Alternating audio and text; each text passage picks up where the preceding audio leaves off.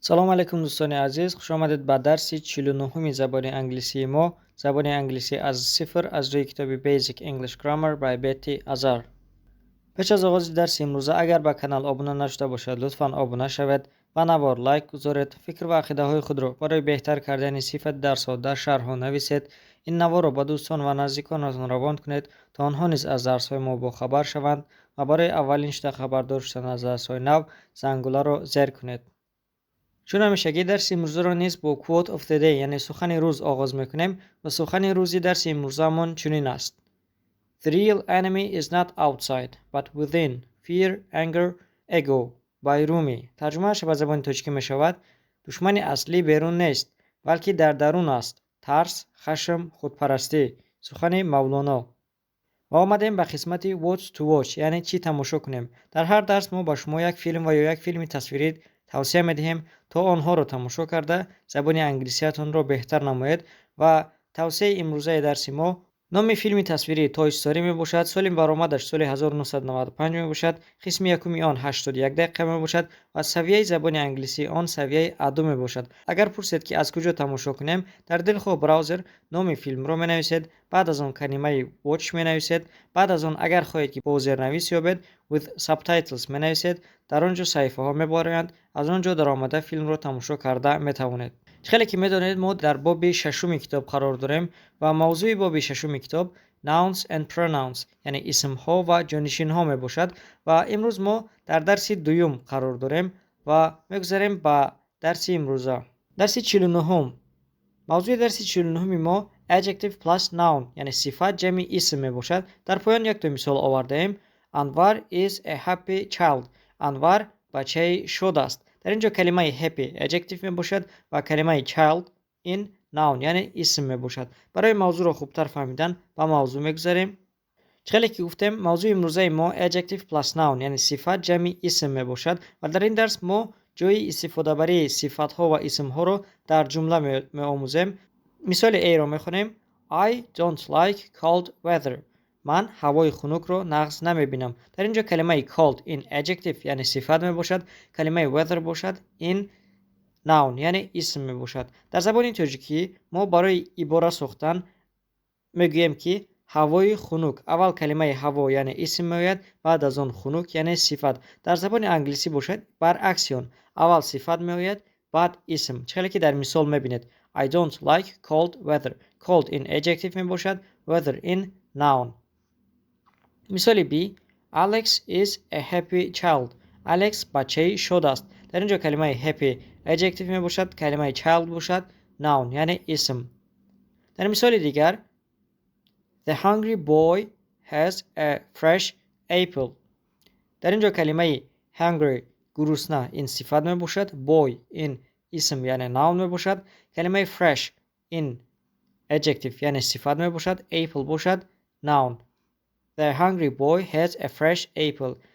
پسری گرسنه سیب تازه دارد. An adjective describes a noun.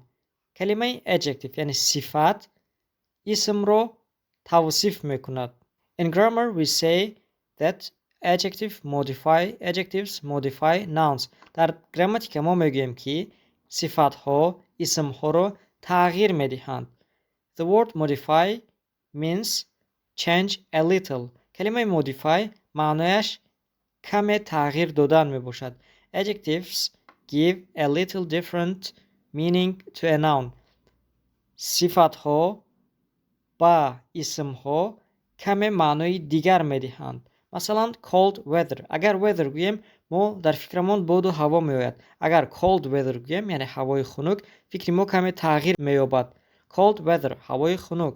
hot weather هوای گرم، در اینجا نیز فکر تغییر یافت. nice weather هوای زیبا، در اینجا نیز فکر تغییر یافت. bad weather هوای بد، در اینجا نیز فکر تغییر یافت. adjectives come in front of nouns. چه که گفتیم در زبان انگلیسی صفت ها پیش از اسم ها میاد، برعکس زبان تاجیکی. مثال دی را میخونیم. The weather is cold. هوا خنک است. ما این نمود جمله ها را در باب اولی کتاب گذاشته بودیم. در اینجا باشد صفت ها بعد از فعل to be می آیند. Reminder.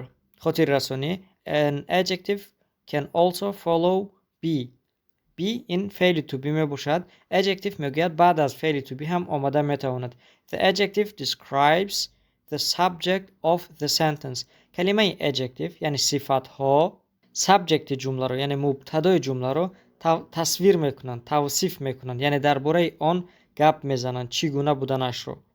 common adjectives بعضی صفت های عمومی و یا صفت های سر استعمال. beautiful ugly, big little, big small, boring interesting, cheap expensive, clean dirty, cold hot, dangerous safe, dry wet, easy hard, easy difficult, good bad, happy sad, large small, long short, noisy quiet, old new, old young, poor rich, sour sweet, strong weak, angry bright, busy delicious, exciting, famous, favorite, free, fresh, healthy, honest, angry, important, intelligent, kind, lazy, nervous, nice, ripe, serious, wonderful. Exercise 4 مشق چهارم. در اینجا برای موضوع امروز را خوبتر فهمیدن مشق چهارم رو اجرا میکنیم. Find the adjectives and nouns. صفت ها و اسم ها را یابید. مشق یکم را خود کتاب اجرا کرده است. Jim has an expensive bicycle. Jim ولوسپد قیمت دارد. در اینجا باید ما صفت ها و اسم های جمله را یابیم. Jim a noun کلمه Jim اسم هست. Expensive an adjective صفت هست. Bicycle a noun دوچرخه اسم هست. جمله دوم My sister has a beautiful house. خواهر من خانه زیبا دارد. در اینجا کلمه sister این noun می باشد. Beautiful adjective می باشد. House noun. We often eat at an Italian restaurant. ما زود در رستوران ایتالیایی می خوریم. در اینجا کلمه Italian adjective می باشد. Restaurant noun یعنی اسم. جمله دیگر Maria sings her favorite songs in her shower. در اینجا Maria noun می باشد. Favorite adjective می باشد. Songs noun می باشد. Shower noun می باشد. جمله دیگر Olga likes American hamburgers. Olga noun American adjective hamburgers noun. جمله دیگر You like sour apples but I like sweet fruit. تو سیب‌های ترش رو نقص می‌بینی اما من میوه شیرین رو نقص می‌بینم. در اینجا کلمه sour adjective می باشد. apples noun می باشد. sweet adjective می باشد. fruit noun می باشد. جمله هفتم Political leaders make important decision. لیدرهای سیاسی قرارهای مهم میکنند. در اینجا political سیاسی adjective می باشد. leaders noun می باشد. important adjective می باشد. decisions noun می باشد. جمله هشتم heavy traffic creates noisy streets. طبقه‌شوی وزنین در کوچه ها غوغا را می سازد. در اینجا کلمه heavy adjective می باشد. traffic noun می باشد. noisy adjective می باشد. streets noun می باشد. جمله نهم poverty causes serious problems in the world. poverty noun serious adjective people problems noun word noun. جمله آخران young people have interesting ideas about modern music. نفران جوان مردم جوان درباره موسیقی زمانوی ایده های عجایب دارند. در اینجا کلمه young adjective می باشد. people noun می باشد. interesting adjective می باشد. ideas noun می باشد. modern adjective می باشد. music noun می باشد. بگذاریم به مشق دیگر. exercise 5 مشق پنجم. در اینجا باشد ما در جایهای خالی صفتی موافق را میگذاریم. مثلا در جمله یکم I don't like cold weather. من هوای خنک را نقص نمیبینم. و یا میتوانید بگویید که I don't like wet weather. و یا I don't like rainy weather. من هوای تری را نقص نمیبینم. و یا من هوای بارانی را نقص نمیبینم. و همین مانند در جمله های دیگر ما باید صفتی موافق گذاریم. جمله دوم را میخونیم Do you like food؟ خوراک رو نقص ببینی ما باید یکم صفت دایر به food دایر به خوراک گذاریم. مثلا Do you like delicious food؟ آیا خوراکی با لذت رو نقص میبینی؟ و یا Do you like spicy food؟ Do you like healthy food؟ خوراکی تیز رو و یا خوراک سالم رو نقص میبینی؟ I admire people. من انسان ها رو تحسین میخونم، یعنی آفرین میگویم. کدام نمود انسان ها رو؟ مثلا I admire kind people. من نفرانی انسان های مهربان رو تحسین میخونم، آفرین میگویم. I admire smart honest people. من نفرای با سواد رو و یا نفرهای صادق رو راستگو رو تحسین میخونم. جمله چهارم People make me angry. مردم مرا عصبی میکنن. خیلی مردم. کدام نمودی مردم؟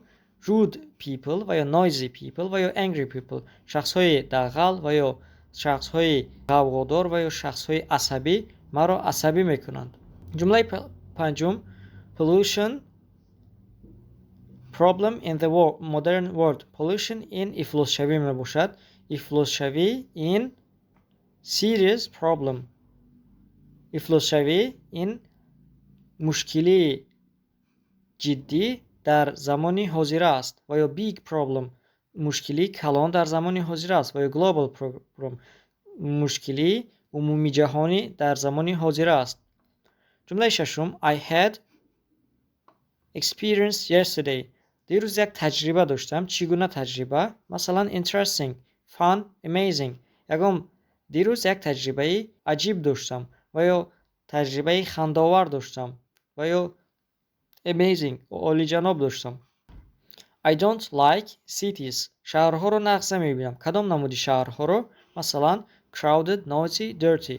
مثلا I don't like dirty cities. من شهرهای افلاس رو نقص نمیبینم.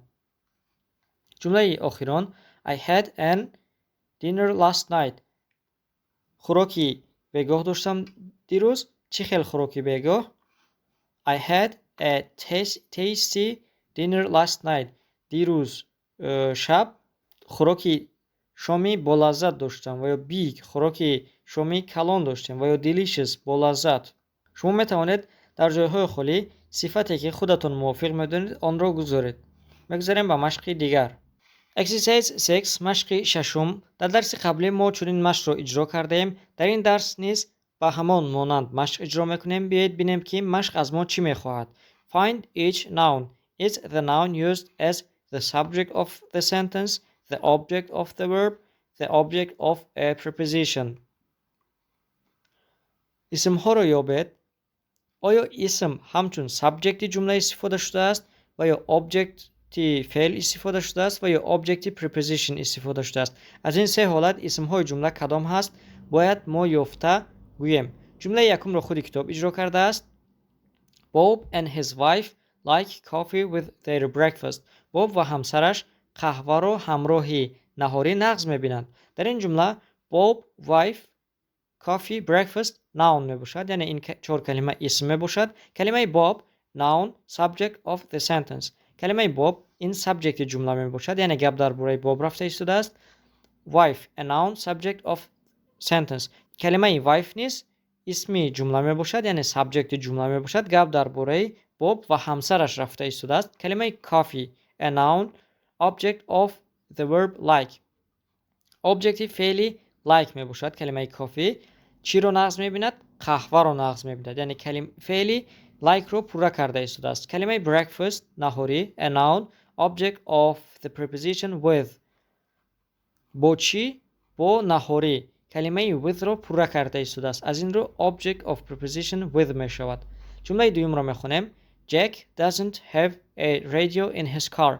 جک در ماشینش رادیو ندارد. در این جمله کلمه Jack، رادیو و car noun می باشند، یعنی اسم می باشند. در اینجا کلمه Jack a noun used as the subject.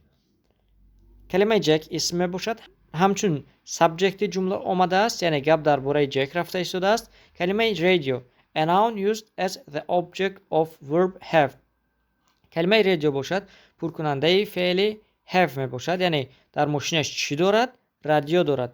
جمله سوم کلمه سوم car a noun used as the object of preposition in. کلمه car باشد objective preposition in میباشد، یعنی در کجا؟ در ماشینش. جمله سوم را میخونیم. Monkeys and apes have thumbs. Monkeys میشود میمون ها، apes هم میشود میمون ها، یک نمود دیگری میمون ها. آنها thumbs دارند. انگشت کلان دست رو در زبان انگلیسی thumb میگیم. در اینجا رسمش آمده است. در این جمله کلمه monkeys، apes، thumbs اینها اسم میباشند. monkeys، apes nouns used as the subject. کلمه monkeys and apes are subject of the sentence. کلمه monkeys و apes subject جمله میباشند، یعنی گپ درباره میمون ها و یک نمود دیگر میمون ها رفته ایستادند. کلمه thumbs باشد، یعنی انگشتان کلانی دست. a noun used as the object of verb have. کلمه thumbs باشد، انگشتان کلان، objecti فعل have میباشد، یعنی فعل have رو پورا کرده ایستاده است. چی دارند؟ انگشتان کلان دارند.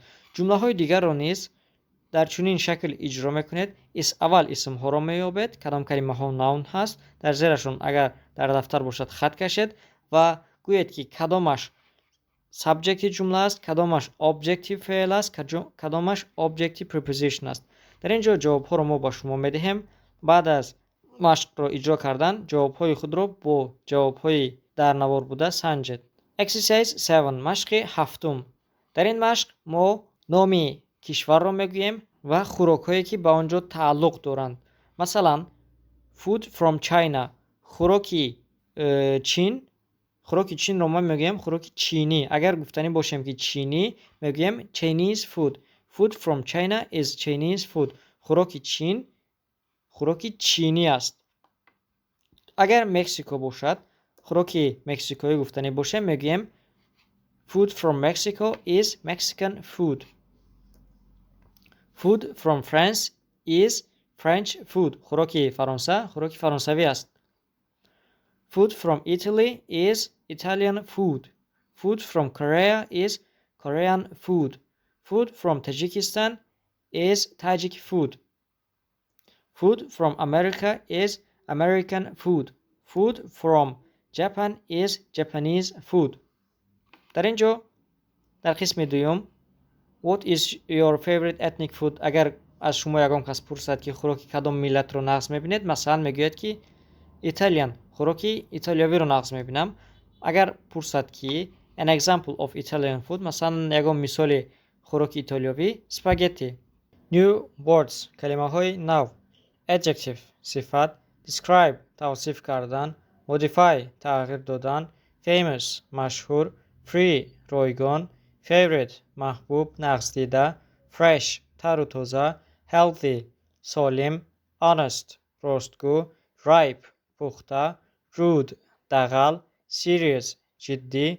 Nervous، عصبی، خواطر. Kind، مهربان. Wonderful، عالی. Enemy، دشمن. Friend، دوست. Fear، ترس. Anger، خشم. Ego، خودپسندی.